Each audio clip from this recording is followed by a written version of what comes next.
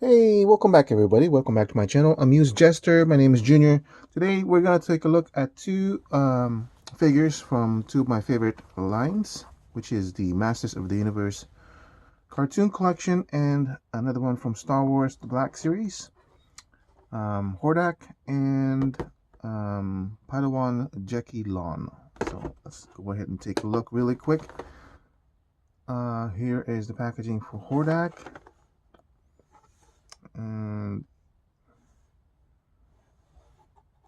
And this is the one for Jecki Lon. Alright, so let's start with Hordak first. This one, I think I've already talked about the fact that they've kind of changed the car back, so it's a lot thicker, much nicer to hold. It doesn't bend as much as before. It's unpunched.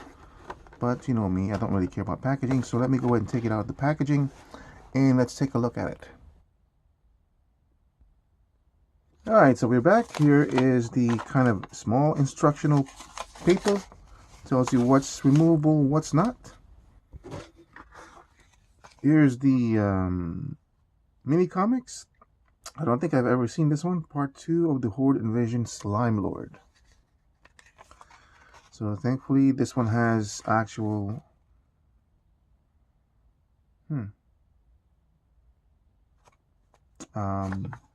text, because sometimes they don't have it on my copy.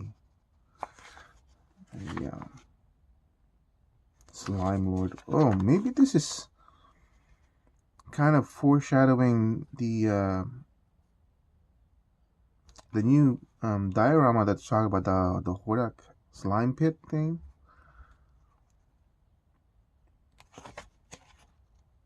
So why would they put that in the comic book if they're not going to do it? Anyway, I'm not going to buy it as I'm full right now in spaces. And then this one, I guess this is some sort of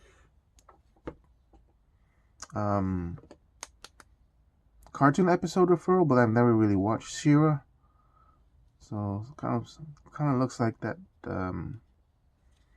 exercising thing where you lift it and all that stuff. Has the Hordak symbol, so that's kind of cool. But that's it. Not really interesting. So here is Hordak as he comes out of the packaging. Kind of looks like the original toy, the way it squats and everything. But the cool thing is, like I said, they've updated the joints, so now you can actually make it look like an actual toy. So he stands perfectly fine now. So he's no longer squatting. That's one of the big pluses from the cartoon collection for me. See, now it just completely changes the stance of the toy. Because I never really liked that. That's why I never got into Origins, because I just too much. It was way too retro, and I don't like that. Anyway, so one of the other key factors that really draws me into the cartoon collection is the vibrancy of the colors. So really cool. And the fact of the matter is, the fact that it's removable parts, I don't really do that play feature, but because it's removable, if you so happen to like pull on it too much, it's not like, oh, it's broken, you know, because it's meant to be removed anyway. So that's one of the good things about it. But one of the other cool things about as well is that you can really kind of pull it from the socket and then have the arms really standing straight to its side. I don't know why that's such a big draw for me, but maybe it's because when I was growing up, it's always been like their hands are always like that, and they just don't stand naturally for me. So whenever I get a toy, that's one of the things I always do: straighten up the legs, straighten up the arms, and see if you can just stand straight. And that's a big draw for me. So what's going on with this one? Let's just take a look at that head, that face. I like the fact that it's just bright white.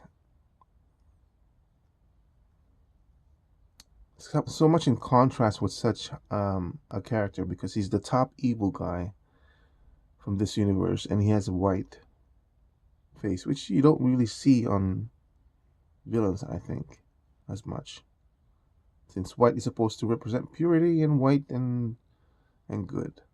But look at how nice the sheen on those eyes are. Yeah, I love the combination. The bright red and the black is really cool. And then this touch of blue over here. Nice design. Very simplistic design, of course, because it's, cartoon collection. But oh, this is kind of loose. This I don't usually take off the armor because it loosens it up, and I don't like it. So I didn't realize it's like a strap like here on the armor. I thought it was just like one whole piece. So that's kind of interesting. Gives it some sort of breathing space because you see into the armor, more dimensional, and then you also see the blue of his skin. This armband is actually loose. Look at that. So it's not just, maybe it's cheaper that way for them to have an actual armband here rather than having to make a new mold and cast of the bicep, you know what I mean? So that's actually pretty cool.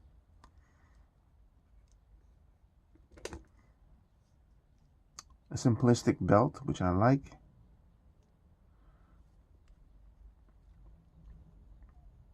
All right, let's take a look at the articulation. This, okay, so it doesn't hamper the side to side, but obviously it's going to hamper. Oh, look at that. He's still able to look up. That's very surprising. I thought this for sure would hinder it. And he's able to look down pretty good. All around. Yep, that, I mean, I did have it pulled out a little bit because I had his arms out. Normally that will be pushed in a little bit more, so it should not pull out. But again, at the same time, even if it does pull out so easily, it's meant to go back in anyway, so that's fine. Side to side, side to side on the wrist, in and out on the side, about 90 degrees bend on the elbow, side to side twist on the waist. Of course, no hindrance on the leg. Not completely 90 degrees though, so maybe if you twist it a little bit more, yeah, not quite 90 degrees. And at least 90 degrees on the knees, and that much down on the ankle, that much up on the ankle, and it does have ankle rockers. Does Hordak not come with any kind of weapon? Doesn't he usually come with a staff? That's kind of disappointing. I kind of wish he at least came with a staff and instead of just this one, because this is like not really scary. Yeah, no staff. That's kind of disappointing. Anyway, so usually Masters of the Universe from Mattel is a, it's a really good buy for me and everything, but unfortunately it has nothing to do with this figure. It's just something that's going on with me right now with Mattel. Unfortunately, when I bought the Mattel exclusives Panther, there was a problem with the jaw. Mattel Consumer Service was doing everything fine. They were going to replace it. I sent it to them, and I dropped it off at Walgreens to be picked up by FedEx, and 2 weeks later it's gone missing. And unfortunately, the shipping label from FedEx stops working after it's been sent, 2 weeks after it's been sent. And there's no history of the tracking level, whether they received it or not. Walgreens is not able to figure out what's going on. All they can say is that it must have been picked up by FedEx, blah blah blah. And usually when you go to Walgreens to give it to them, they'll scan it, and once they scan it, that you receive a notification on your phone. But it was 2 weeks ago, and I cleared out my messages, my notifications, because there's a bunch of crap going on in there.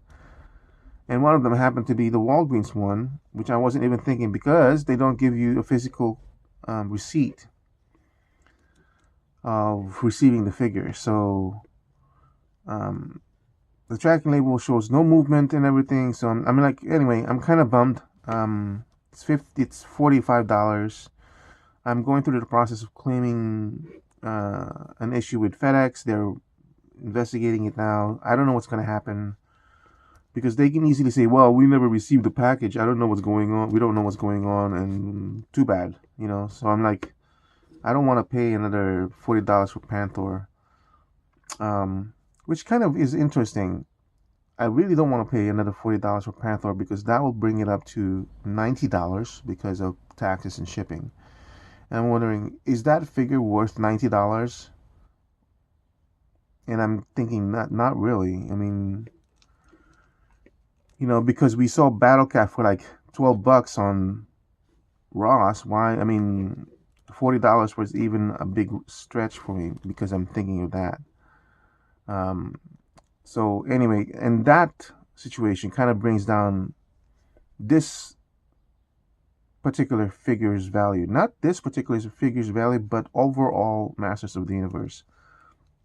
Because every time now I see this, that incident comes into my mind. So I don't know if that's necessarily true for me, because I feel like when I'm looking at this now, my value is not as enthusiastic as it was before. Maybe it's because Hordak. It's Hordak. It's not really He-Man. It's more like She-Ra. I don't know, because I was really when I reviewed the Hordak TMNT crossover, I was really excited. I like that, and I was excited to receive this one. But anyway, why am I babbling? Because right now, for the base price of what, $20, $19, yeah, the value for this one for me is kind of a 10 instead of the usual 12 and everything. For one, he really should have come with his staff and this. So that's a minus. And then, of course, the ongoing thing with Mattel. So the usual value of 12 got knocked down to 11 because of the staff, and then gets knocked down to 10 because, you know, the thing with the shipping with Panther. Maybe, you know. Anyway, so the base price of $20 value, I'm going to value it at 10. Obviously, that's a value system for me because you guys will have a different evaluation system. You guys aren't going through the same thing with Mattel with me and everything. So that's it. Value of 10, base price of 10, and yeah. But yeah, it's anyway.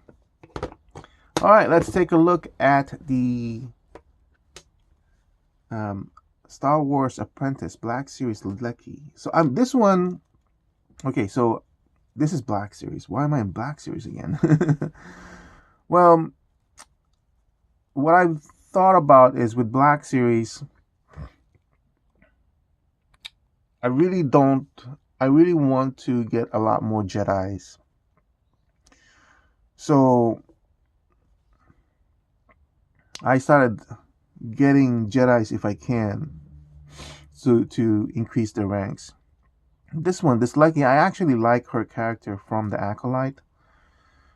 But at the time on pre-ordering, I was just like, yeah, I really need to get out of the Black Series and everything. And then her prices went up to $35. So, but luckily, I don't know why, all of a sudden at Amazon, her prices went down to normal.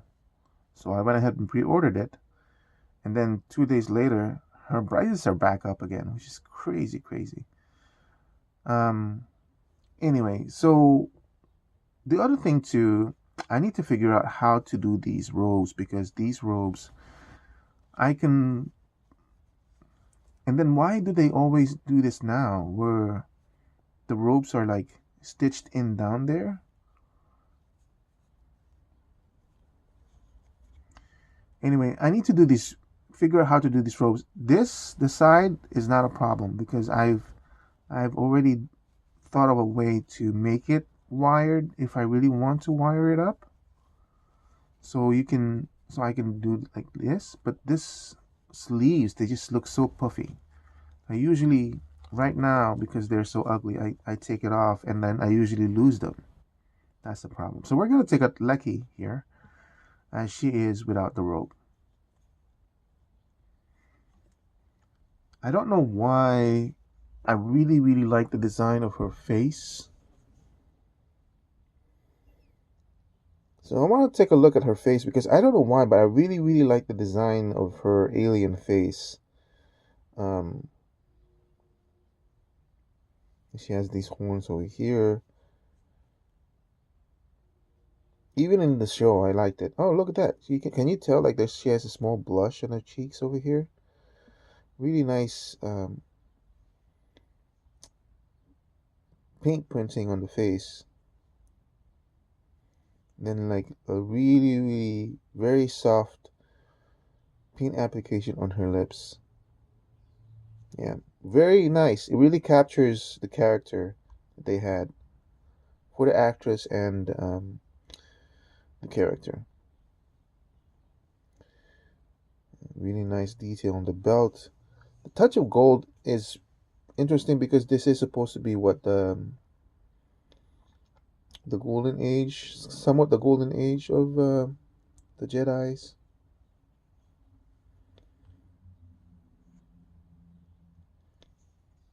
Or oh, there's a paint bleed. That's disappointing. Or is it because, as we saw, they were starting to cover up what's going on or what happened?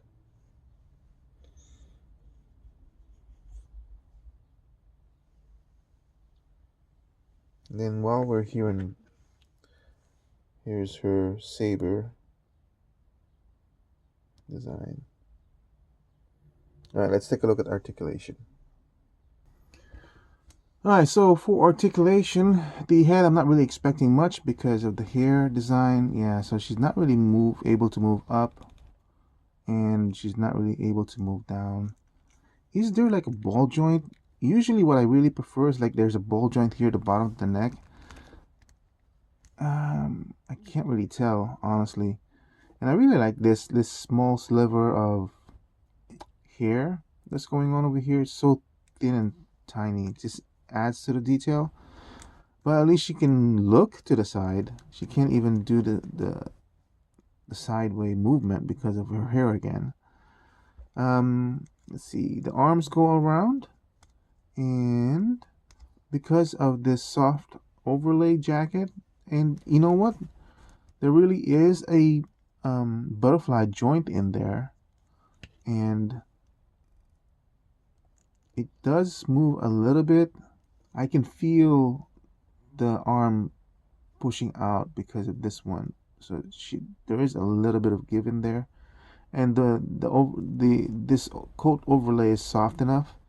And I noticed this is also a separate piece, which probably helps that because obviously the chest part has to be a more solid piece of plastic, and the fact that they did this as a separate piece allowed it to be pliable enough so that it has enough of a movement over there. All around on the shoulder, more than 90 degrees on the elbow, and I really do think it's because of how big this hinge that they made in this one. I know it's really kind of, it does, it is very visible, but um, the fact that it's able to move that much, I think, is really good. It's visible because it's a line. You can see the cut, but it's not like it's a circular ball joint that, that happens with Mafex or SH figure arts. So I'm glad they're able to do that. The swivel is on the elbow, so that's pretty cool. And the arms and the hands, uh, let's see. It does have an articulation that goes in and out, um, and rotation. And also, I wanted to point out that I really do like the design of her hands. Like, look at this one. The normal hands just like straight on like that, but this one for some reason they changed the sculpt and gave it a little bit more dimensionality by changing the positions of the fingers. And I like the fact that the design of this one is so small and petite. It reflects the design of the character or the stature of the figure being such a petite woman, and the hand kind of looks like that too. And her fingernails are kind of sharpish. So I really like that. It's like an overall good design. And you know what though? This paint scheme, you know what it reminds me of? It reminds me of Chitara from Thundercats. And maybe that's the reason why I really like her character so much. And because of the look, the white makeup. That's what really reminds me of is Chitara. It's like Chitara's in Star Wars. That's kind of cool. And let's see. She does have a ball joint on the waist, which allows for that much of a movement. Sideways. Not much on front, but yes, a lot on the back. I don't know why that is on all Star Wars. They have a range of movement going back, but never on the front. And it can't be the design of the belt because as you can see, the belt is actually higher here on the back, but I don't know why. I really do like the design of this belt. It's not just like a solid piece. There's actual sculpted lines in there. The gold on the buckle, and then this thing over here, the small pouch. It's not just a boring piece, and there's even some small rivets going on over here. Anyway, so the legs can kick out pretty good. This one, they should have added maybe a slit here, but it's just that it's however soft this thing is, it's still in the way. So let's push this out of the way and see how much her. Yeah, I guess it doesn't really hamper it by that much. Maybe like 5-10 degrees at the most, but still. But I mean, like, would this be better if this was cloth? I don't think so. I really prefer like this already. So, oh, and then the knees. Look at that, more than 90 for sure. Is there a boot cut? There is a boot cut. So boot cut swivel over there, and the ankle can go a little bit, but goes back a lot, and of course the ankle rocker. So that's pretty cool. I really like this figure. And look at that. I'm not really good with posing, but look, she can kind of do her thing.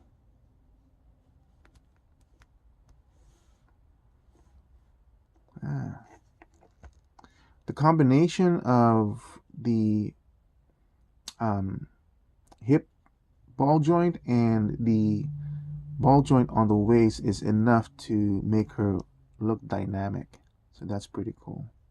Even though she doesn't have anything on the head. I will say this though, her expression is kind of bland. But it's okay. These things on the horns, I love the design, but man, and they're not really sharp and everything, but it's just there. You can feel it every time. And let's see, what else can we talk about? Let's put her saber on her hands. You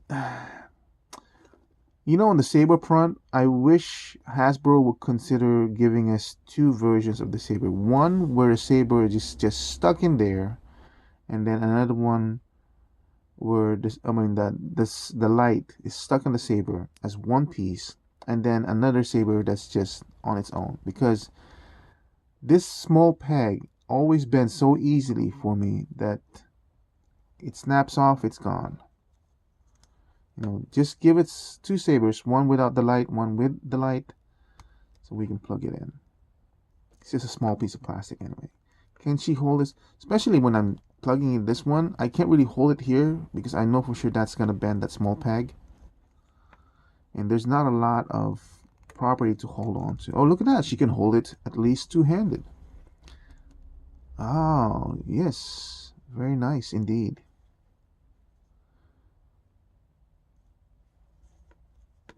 Can she hand it up on her head? Well, she can't really hold it up on her over her head. That's one of the bigger problems with these, because she doesn't have the up and down motion on the wrist. Anyway, I'm really glad that I got her, and I'm glad I didn't have to pay the scalper fees. And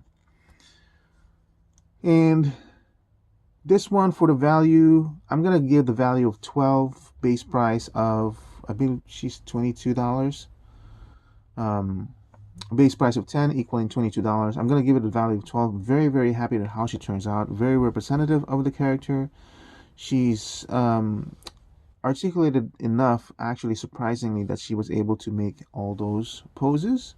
And I'm really bad with posing, at least for from the neck down. The head, it's just the hair. That's just the way it is. And really, really nice design that they're doing on the what do they call this? The High Republic, the Jedi at that time. Yeah, really nice. So very, very happy with this one. In fact, I'm so happy with this one, and that I ended up continuing the Black series in terms of certain limitations, like the Jedi's. I was always gonna get those, and what else did I get? I think I got the Elite Praetorian Guard from the Mandalorian. I really like those because of the red.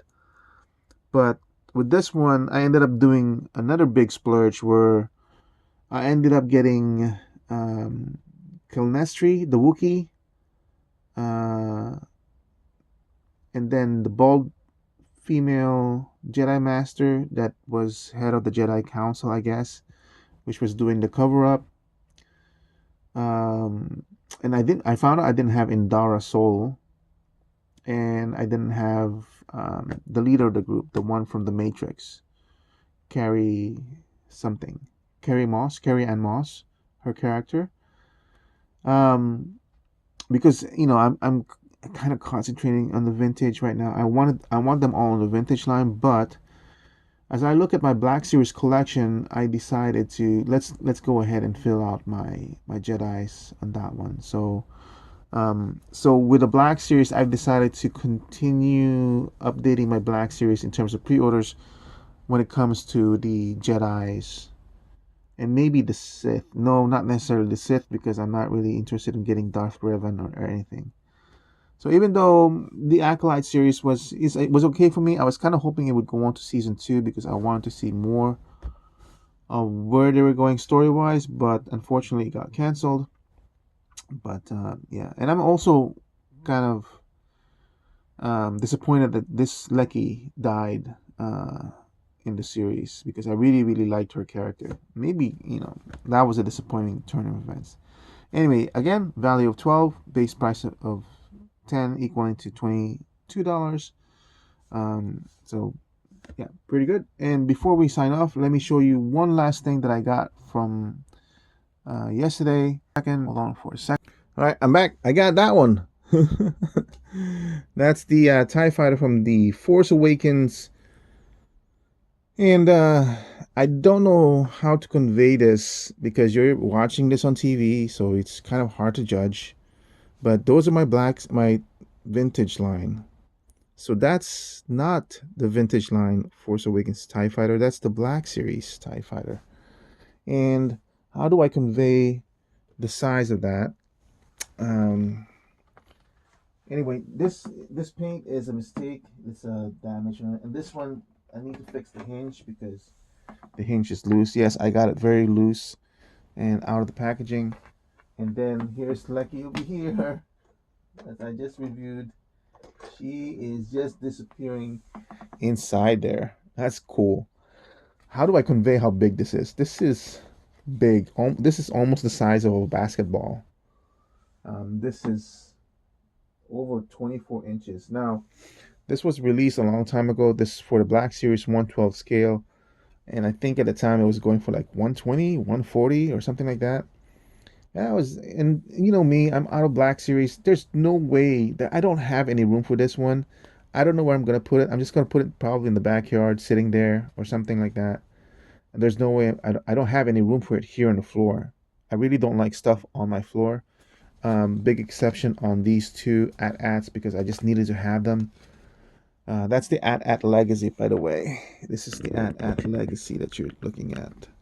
Look at that. It's basically taller, slightly taller than the AT-AT Legacy.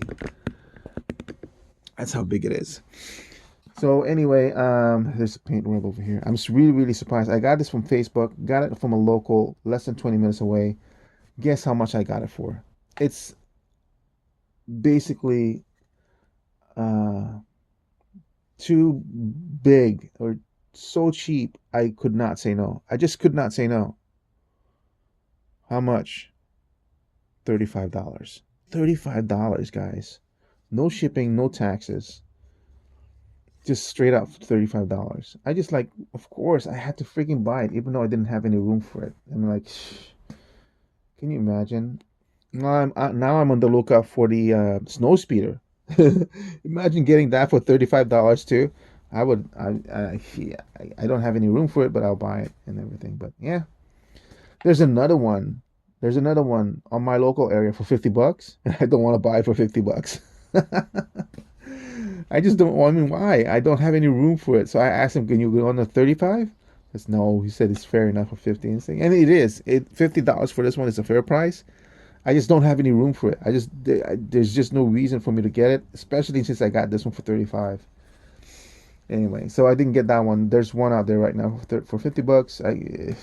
Anyway, thank you for watching. I hope you guys enjoyed this little bit of a toy buy and slash toy review. I'll see you guys again soon. Bye.